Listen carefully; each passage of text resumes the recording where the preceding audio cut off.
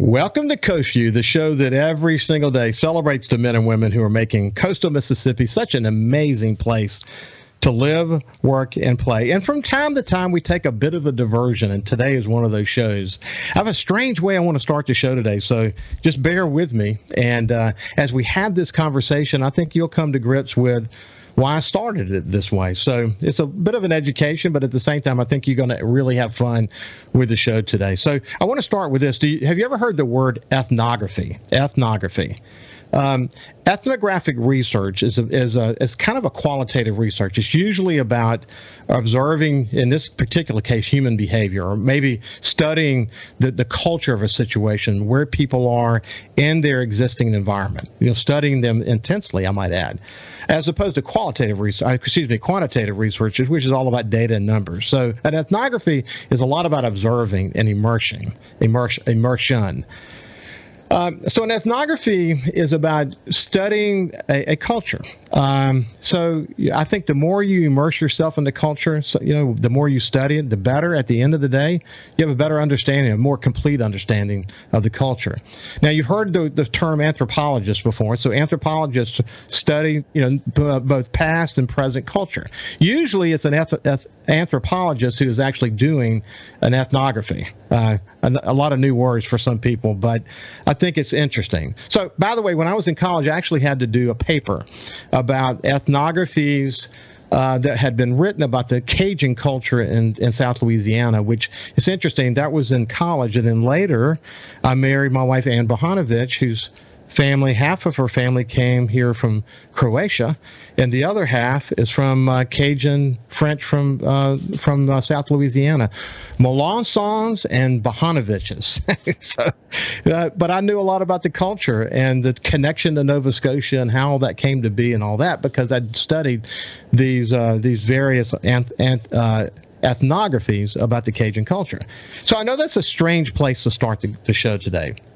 But not really. Ethnography is the word that kept coming to mind when I read Julie Hines Mabus's Confessions of a Southern Beauty Queen. It's an amazing story. So let me just share one paragraph from it's the first paragraph on the cover of the book. It says this: in the late 1960s, Patsy Channing, a stunningly beautiful young woman, was suspended from the venerable Mississippi State College for Women for breach of conduct. The resulting scandal reached all the way to the Columbus courthouse, and the press ate it up. That's what it says on the cover. Julie's telling of these events and the years that preceded them is actually incredibly riveting. She's not just a good writer that will hold you hostage with her writing. She's also an anthropologist of sorts. I mentioned to her before the show started, I can't imagine how she had to immerse herself in sort of that bygone era of the South, during the 1950s and 1960s. That had to have been intense immersion into that historical perspective. In a way, the book actually spoke to me. As regular listeners know, I spent a lot of time in the Mississippi Delta. I love it there. I'm a fan of blues music and have studied the rich history of Delta blues and the many musicians that have emerged from there. It's a rich history. Some of it we're proud of, and the other parts, we should learn from. Julie's book is historical. It's romantic at time. It's about innocence, and it's about abuse. It's about finding your way and coming of age. Patsy in the book is a character that you'll fall in love with and you'll want to protect, as I told Julie before we started the show. And it's extraordinarily well written. I won't take you any longer. I want to invite Julie Mabus, the former First Lady of Mississippi, into the conversation and just say, you held me spellbound, Julie. I was able to finish that book in 2 settings. Welcome to Coast View, my friend. Thank you so much, Ricky. It's interesting that you picked the word anthropology, because I am if I could do another life, that would probably be the life I would do. It's just trying to understand what makes us tick from where we came from, not just in this century, but thousands of years back. So thank you for making that recognition. So, Julie, I often say on the show that the more we learn, the more we better learn how much we don't know. And the more, if you're really committed to this sort of continuous journey of learning, it makes you eager to want to know more. And you've had the opportunity to really travel all over the world. I have. And I think that your travels, as I said before the show, and I'm sure you'll say it this way, but you'll have your way of saying it. It really helped you. There's no question. Really immerse yourself in this particular story in a way that made it so unique and so telling, and it's extraordinarily well done. And look, it's not necessary. I don't know if I'm probably not the target of the book. I imagine women are probably much the target of the book, but because it has such a historical perspective to it, and because I love the Delta and I love Mississippi and I want to learn more, and it tells the history of the Mississippi State College for Women, etc. It's a fascinating read. It's a historical read, but it's also a great story. I guess that was your goal, huh? Well, so many things happened serendipitously, but I grew up in that era. Patsy, the character, and it is a true story, is 6 years older than I am. I have a sister that's 6 years older than I am, so I grew up with that music and with, the Memphis sound, the Motown sound, and all the things that were going on in the riveting historical events of the 60s. And so, I was able to pour a lot of my own heart into her story, which is an incredible story. Well, you're an interesting person. You're very dedicated to continuous learning. For example, where are you sitting right now? I'm sitting in the student union at the University of Mississippi here in Oxford, Ole Miss. And so why are you there? Well, I left New Orleans about a year and a half ago. I was in the middle of getting the book published. I was starting to tutor. I couldn't get any traction, and I was ready to come back to Mississippi. I'd been in New Orleans for about 11 years. You and I may have been there at the same time. Mm-hmm. But so when I came up here, I immediately was able to get accounting and finance students to tutor. It's amazing. That's another amazing story. But at any rate, so I went back to school. There is something called the lifelong learning program here at Ole Miss, and you can take a free semester, one course a semester, which I'm doing. So since I'm tutoring finance, I'm taking up a finance course this semester just to kind of brush up on things. Well, for people who don't know this, you're a CPA. You have an MBA from Columbia. That's very impressive, I might add. But you have a strong liking to English. I do. You as you mentioned, you're a tutor. You're a teacher at heart, but you're really someone who's really dedicated to continuous learning. And what's your ultimate goal? I mean, is it write more? Is it? I write more. It is. Yeah. It is. This one happened, as I said, serendipitously. And it's not my story. I do think I probably have a pretty interesting story to tell, but I'm just not quite ready to tell it. That might be coming, but I want to keep writing and I want to keep tutoring. It's very, very gratifying. And plus I love being on campus and being with the students. They all look at me like I'm a little bit freakish, but that's okay. Well, I'm sure you're not the only older person on the campus, but I'm sure that you are few and far between for sure, and probably do capture people's attention. And then they get to talking about who you are, and that probably fascinates them. Well, if they make that connection, I don't draw attention to that. But I was here on campus 50 years ago. I was a student here, so it's a little bit freaky, but it's fun. And I want to keep writing. So look, before we, toward the end, we'll shift gears away from the book and talk a little bit more about the Sudan project that you had. It was fascinating getting to know you better in preparation for the show, and so there's a lot of ground to cover if we have time to cover it. But I want to come back to the book. Okay. As I mentioned to you before the show, and certainly the way I opened the show, if you think about writing a book like this that has first of all has a historical perspective. One of the things that is interesting to me about the way it's written is that one chapter would be when she's young, and then it would go back to the future, and it would be several years into the future, and then it would move back again. Sometimes that's hard to do. It's hard to move on the time frame that's not sequential. Yeah. But you did a really good job at it. How did you hone the ability to do that? And when did you decide you wanted to write it in that way? Well, about 2 years ago, when I knew that University Press was going to publish it, but I knew I had a lot of editing to do. I have a very good friend in New Orleans who's done several magazines. His name is Arthur Smith, and I said, I need some architectural help. The book is straight line chronology, but it's begging for something different. And so I said, you and I are going to spend some time together. We had been good friends, and he knew how I was a bit quirky in that way. So every day we worked solidly for 6 months. And he suggested and I say architecture, he said, let's start it when she's on campus, being held against her will in the infirmary, and then use a series of flashbacks. And so that's what I did. Yeah, and it was a brilliant idea. Extremely well done. Hey, look, we're gonna pick it up on the other side. We're coming to the end of this segment, but I'm having a conversation with Julie Hines Mabus, whose book Confessions of a Southern Beauty Queen is getting wonderful reviews. Thank you.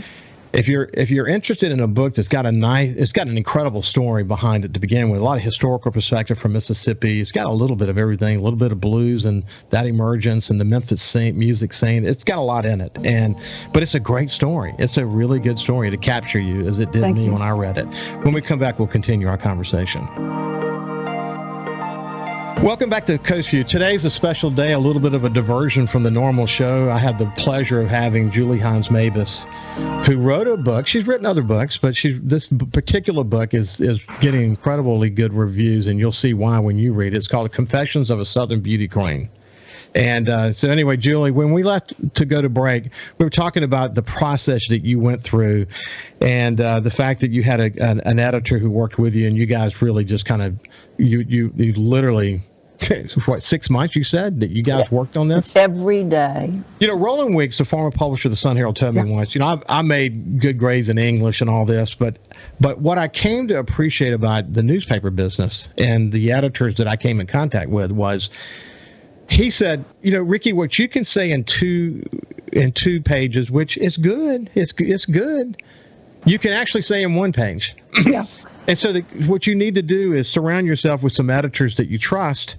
And either way, it doesn't matter how much editing they do. Either way, your name's still going to be on it. So why not learn from the process? And so I did that. I found some of the best editors, and literally for the rest of my career, Pulitzer Prize-winning editors, to not only edit my stuff, but teach me how to be a better writer, how to be more concise, how to communicate better. And it really changed my life. And, so, you can be a great writer, but without a great editor to collaborate with, your work's never going to find its pinnacle moment, its pinnacle place. The beauty of the process, isn't few it? Words. Yeah, the sweet spot, the absolute sweet spot.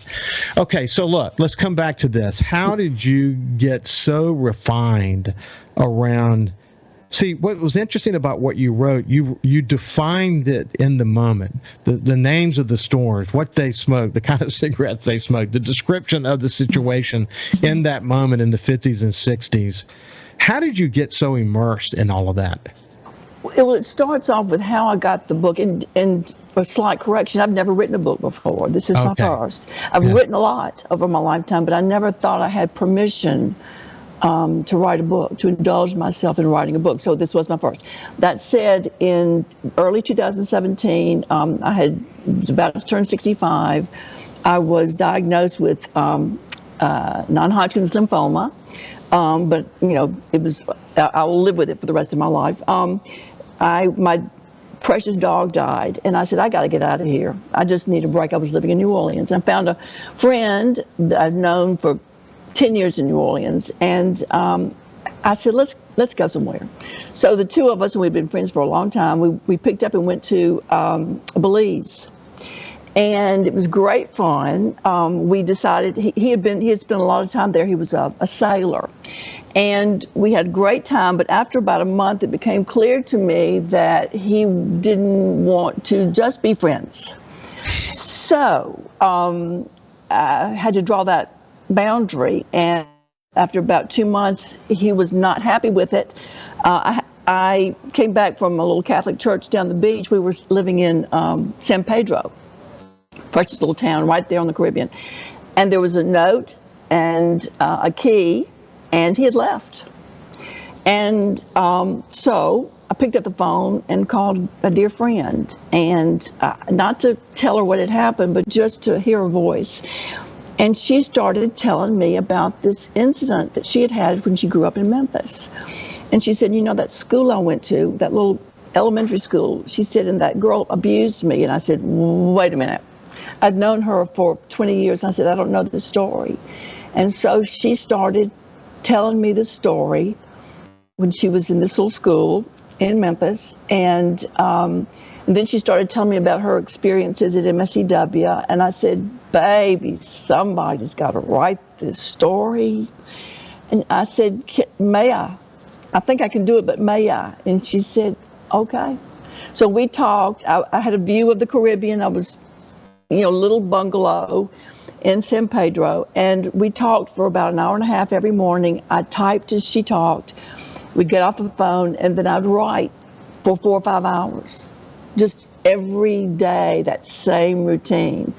And it just spilled out of me. Her experiences were so similar to mine in growing up in what was going on culturally, so that I was able to take those stories that I knew so well about the civil rights in the 60s and the music and desegregation, and build them into her story from my own experience. So it was just this magical forming. The words just poured out of me. And she was so generous to tell me the intimacies of some of the traumas in her life.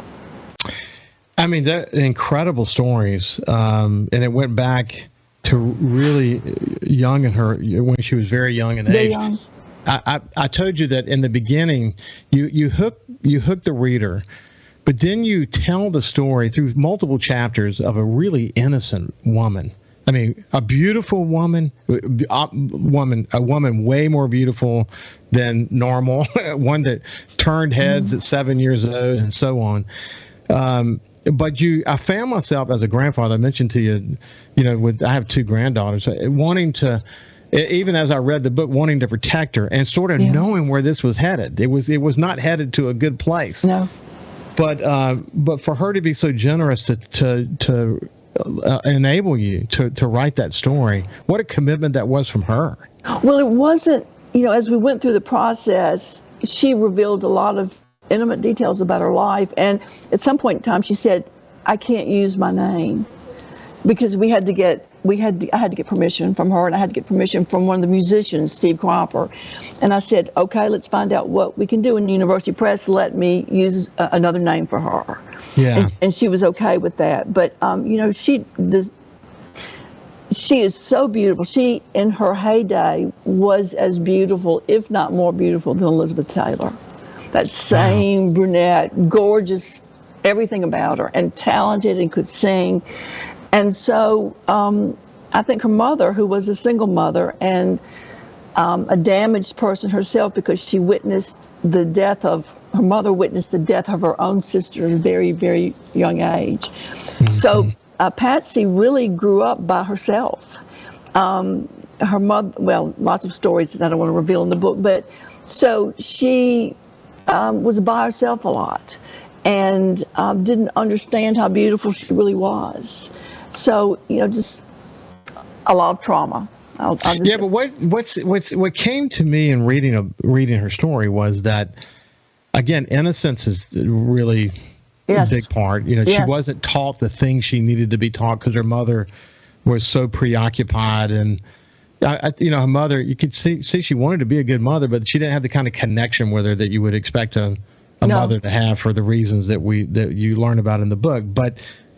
But innocence is one. Hopeful is the other. That she had these aspirations, and she was a dreamer, and she wanted to, in spite of all the challenges and the way she was treated differently, some because of where she was in her life monetarily, and some because of where she was in her life just in terms of her beauty and the jealousies that came from that. It was there was still you got the sense of hope and innocence, and eventually obviously coming of age, but it was a long process to get there. Well, I think one of the scenes, one of the chapters was when it was so telling. She was in a very prominent social club at MSCW, and when there were 3 young black women from Columbus who were first allowed to come into the school, and they were ostracized bitterly. And Patsy didn't understand it. She went right up to them in the cafeteria and visited with them, brought them in, and her friends said, "What are you doing?" And she said, "I don't know what you're talking about." So there was that real innocence about her that was part of her beauty that people preyed on. Yeah. No, I love that part as it related to race. And in the moment, we're talking about the 50s and 60s. That's obviously a very compelling part of the story and the history of Mississippi. But the way she operated within it, by calling the doorman daddy, whatever their name was. And I'm trying not to reveal too much about the book, but what I saw in her was that she was incredibly conscious of equality and wanting to treat people equally, and whether Dignity. her mother tipped and someone else didn't tip, or excuse me, her mother didn't tip and someone else did, and the signals that sent. And when she first went to where she went to college, and she was worried about the white girls aspect of it, and that part of the story, to me that's a beautiful story within the story. Her view of others and the way she saw humanity. What a beautiful part of the story. Don't you agree? Well, I am complimented and thrilled that you saw that. When you're writing, I knew what was in my heart and I knew what was in her heart, but I didn't know if I was portraying that accurately. And so obviously you got that. And of course you were a career in that industry, but still that's so important to me that I faithfully showed her how she was. Yeah, there's no doubt. Hey, we're in. having a conversation with Julie Hines Mabus. She wrote a terrific book that I highly recommend. It's called Confessions of a Southern Beauty Queen. When we come back, we'll continue to talk about the book, and then we'll go on off to some other subjects that I think are really interesting. We'll see you after this break. Welcome back to Coast View. We're having a bit of a diversion today. I've really enjoyed this conversation. One, just getting to know Julie Hines Mabus better. Obviously, I've known of her for many, many years. And to have read her book, I'm fresh off of reading her book, and it's a great book. It's extraordinarily well written. And listen, I ran newspapers, and I wasn't an editor per se, but I was around some of the best writers in the world, Pulitzer Prize winning writers for a lot of my career. And Julie is a really good writer, and her telling of the story is it's incredible. And I can assure you, if a book like this got my attention and I picked it up, it took me a few days once I got it to say, okay, I'm gonna sit down with it and see if I can get going. Usually I can, by the first 4 or 5 pages, I can tell you whether I'm going to get hooked or not. And then if I'm not hooked, I'm going to put it down. I'm not going to waste my energy. I've got too many other things that I'm trying to get my head around. But this is the one that I had read 120 pages the first sitting. And I mean, it was like, page 1, and then I'm in this dream world, and then suddenly I'm on page 120. I don't even know how I got there. It's that kind of book. And, that's lovely. Thank you. And so I really highly recommend it. Julie, I'm going to share with you just a really short passage, but I want to read this one it's just literally one paragraph, but I think it's powerful, and it's important for people to know. And I'm not going to share too much about the story, but her father, their mother and father got married. He goes off to war, but essentially, here's what it says.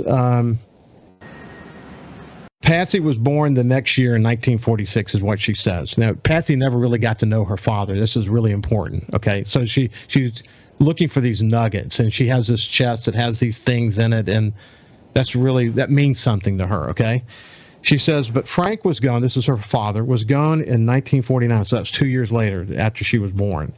After Louise, her mother, forced him from the apartment. Patsy's memories of her father were ephemeral.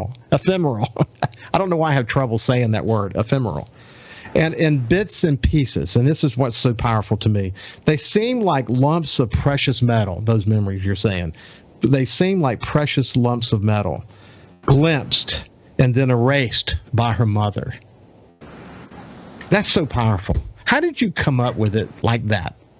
I am so honored that you picked that out because it was one of my favorite spillings. This book literally spilled out of me. And these little things like that just came. And when they would come, it was like, for me, it was like inner poetry. And so thank you for recognizing that. And she loves the word glimpsed. Patsy loves the word glimpse. So I wanted to put that in there, but it was... You rarely see it used, to be honest with you. It's such a, but in this context, here's a beautiful young woman who's incredibly innocent, who wants so badly to have a connection to her father. Yes. So only these little bitty tiny nuggets. He was gone by the time she was 2. Yeah. It was like precious metal. I just love that, and it really gives you a sense of what was in her heart, that she wanted to have a mother and father, and she wanted the best for them and herself, and just a crappy way to get started, wasn't it? Well, also when she would have these memories, as you read, Louise would just jerk a knot in her neck. We're not going to talk about him. You don't have a father anymore. That's not in the conversation. You're not going to do this. And so any little pleasure that she got, she had to stuff it to make her mother happy, because it was all about keeping Louise happy. Yeah, it's a great book. Hey, the book is written, it's out there and about. Tell me about the feedback that you're getting. Wonderful. My daughter finished it the other day, and she had been around a lot when I was writing it, and I had a little reading of little pieces of it about 2.5 years ago, and she said, "Mama, I just didn't know. What could be sweeter than to have your daughter say, I just didn't know you could do that." So, and another person who is a musician down in New Orleans, there's a chapter in there about Otis making of one of his songs. And he said, "Who wrote that?" And I said, "Billy, I wrote that." And he said, "How do you know that much?" And I said, when you love something, it was about Otis Redding's song. And I said, it just poured out of me. He said, "Julie, I didn't know." So these are the things. It's the real the personal things, the people from friends and people that I know. Although the bookstores, I had a great reception. I'm up here in Oxford. I had a great reception at Square Books. I had a great reception in Jackson. Columbus wants to do it, which I'm really very happy about. Going to New Orleans. I'll be on the coast in Pass Christian on the 18th. So I'm just making my way around. It's been really wonderful. It's exciting, and I don't know how I came to understand that you were, mistakenly understand that you had written a book or two. I think you'd written so much over the years, I just assumed. I'm not sure where that memory came from, but let me just say this: the fact that this is your first, it's even more impressive now that I have understood that. Thank you. Because again, it's not just the immersion that has to take place to understand how to write within the history, and the fact that you were, the way that you wrote the book, sort of beginning with the end in mind in a way. It's just so expertly done. But more importantly, lines like I just shared with you, there are many lines like that in this book. There are many moments where you reflected so well what the inner workings of this woman who was trying to survive in all these different settings. Yeah. One of which where she found some peace was in the Memphis music scene. What a cool, added attraction to this book. This musician, Steve Cropper, he's one of the very few that are left from the days at Stax. He saved her. He was a great friend, a great social support. He saw her talent and took her under his wing, and she was so lucky, really so lucky. And I'm so grateful to Steve because he, allowed me to write the book and include him in so much of it. So, but there's going back to the anthropological aspect of it. If you can call making killing a pig and making sausage, that. I have such a curiosity, and each section of the book, when I would get into it, I would dig so deep and get so far out in the weeds. When the editor would say, "Julie, what is this adding to the story? And I don't know, but it's such a great piece. And so that happened to me a lot. I would get so deep into the detail and the research. And Arthur had to drag me back and say, I appreciate it, but we got to keep telling the story. So Hey, but let me speak to that, actually. yes. My thought of it was that it was extremely important, and it was on two regards. One is that sort of the nature of life in those days, Yeah. and the other was the way they shielded her from it. While they did it while she was still sleeping, and they spoke about it in not the terms of that was actually playing out at the time. And it really, to me, it spoke to her innocence. And it spoke to the reality of the moment. And I love the way, for example, the way they cleaned the intestines, to make the casings and how durable they were, the way you talked about that. I just thought it was well done. And it helps you sort of understand the culture of the moment, that was sort of part of it.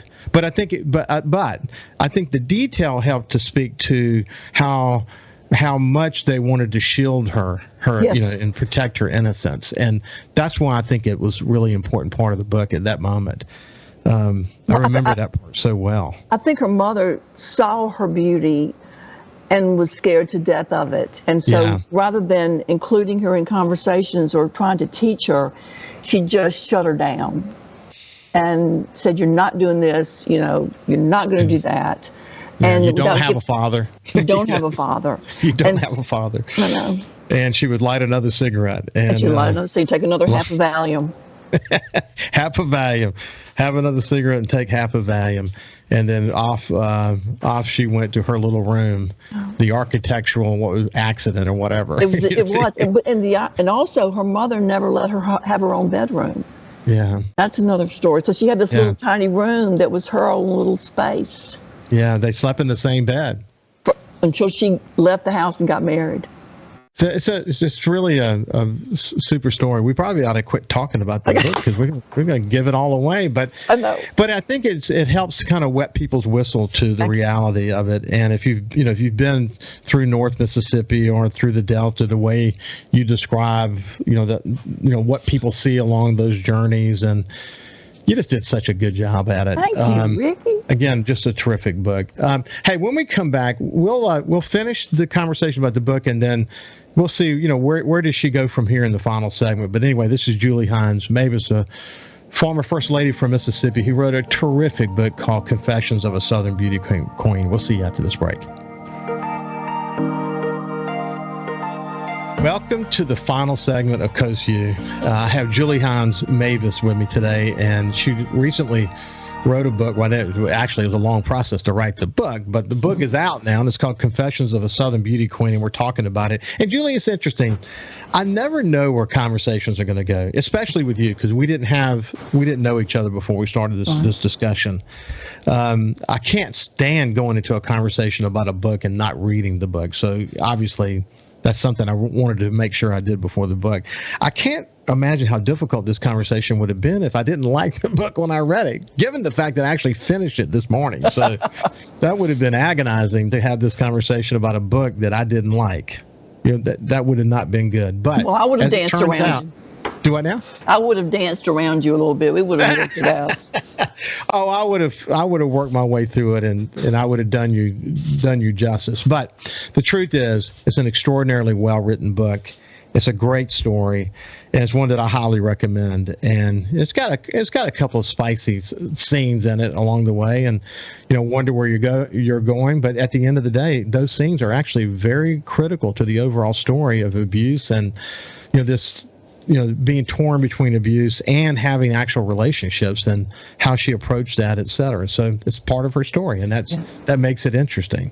So you're going to be writing some more books. I can't wait to see what comes next. It's going to be an exciting journey, especially now that you feel like you haven't mastered anything. That's the cool thing about it. When I read it, I think this is an accomplished author. And then you probably are thinking, gosh, there's so much more to explore and do and write. Writers, some of their best work is their first work, and some writers continue to evolve. It will be interesting to see where you go. Well, I can tell you that now that I've done it, all I want to do is do it. Yes. Writing is, once you get into it and you have a space of time where you can start, it just luckily for me, it just pours out. Yeah, we were chatting a little bit during the break about Hemingway and others, but I had this vision of Hemingway in Cuba, and his house in Cuba, and standing in front of his typewriter for hours and hours and hours and can't seem to get the first word onto paper. Mm-hmm. I've been there before, where you have a little bit of a freezed moment where nothing creative will come out. But the way to be a good writer is you got to write and write a lot. You have to write. Mm-hmm. Like Thomas Jefferson, one of the greatest writers of our time. What did he do? Every single day he wrote and wrote more. Mm-hmm. And you see what it did for this country to have someone like him writing.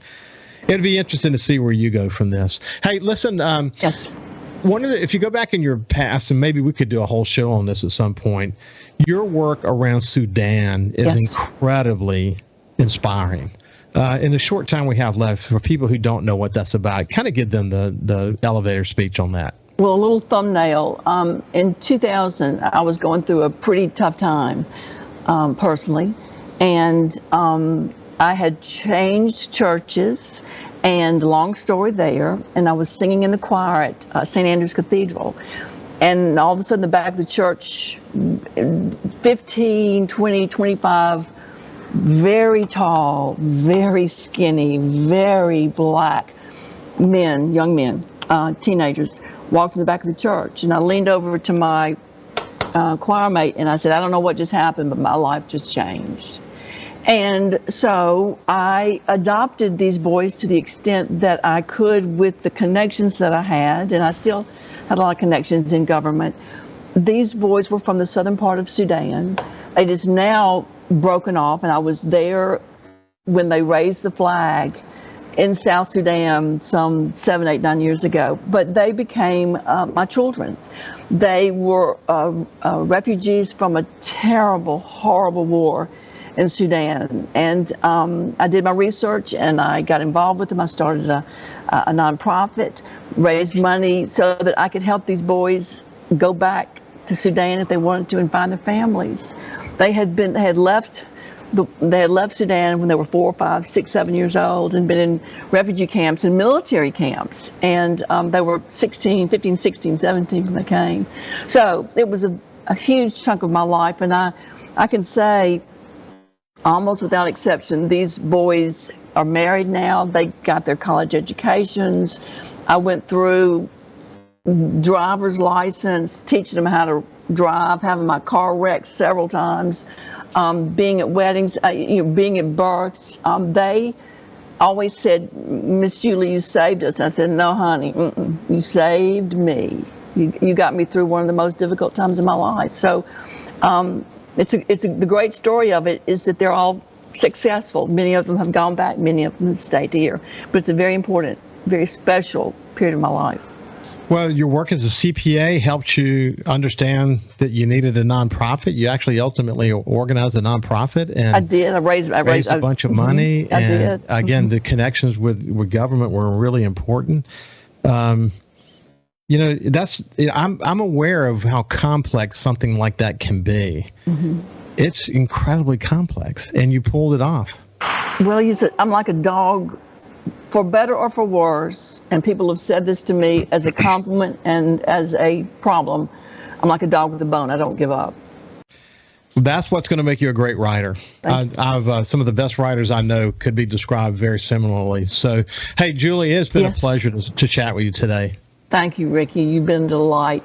A real delight. This has been Julie Hines Mabus, whose book Confessions of a Southern Beauty Queen is must reading. Go get it. You'll be glad you did. Have a great day, Julie. And Thanks, have a great day, and we'll see you tomorrow.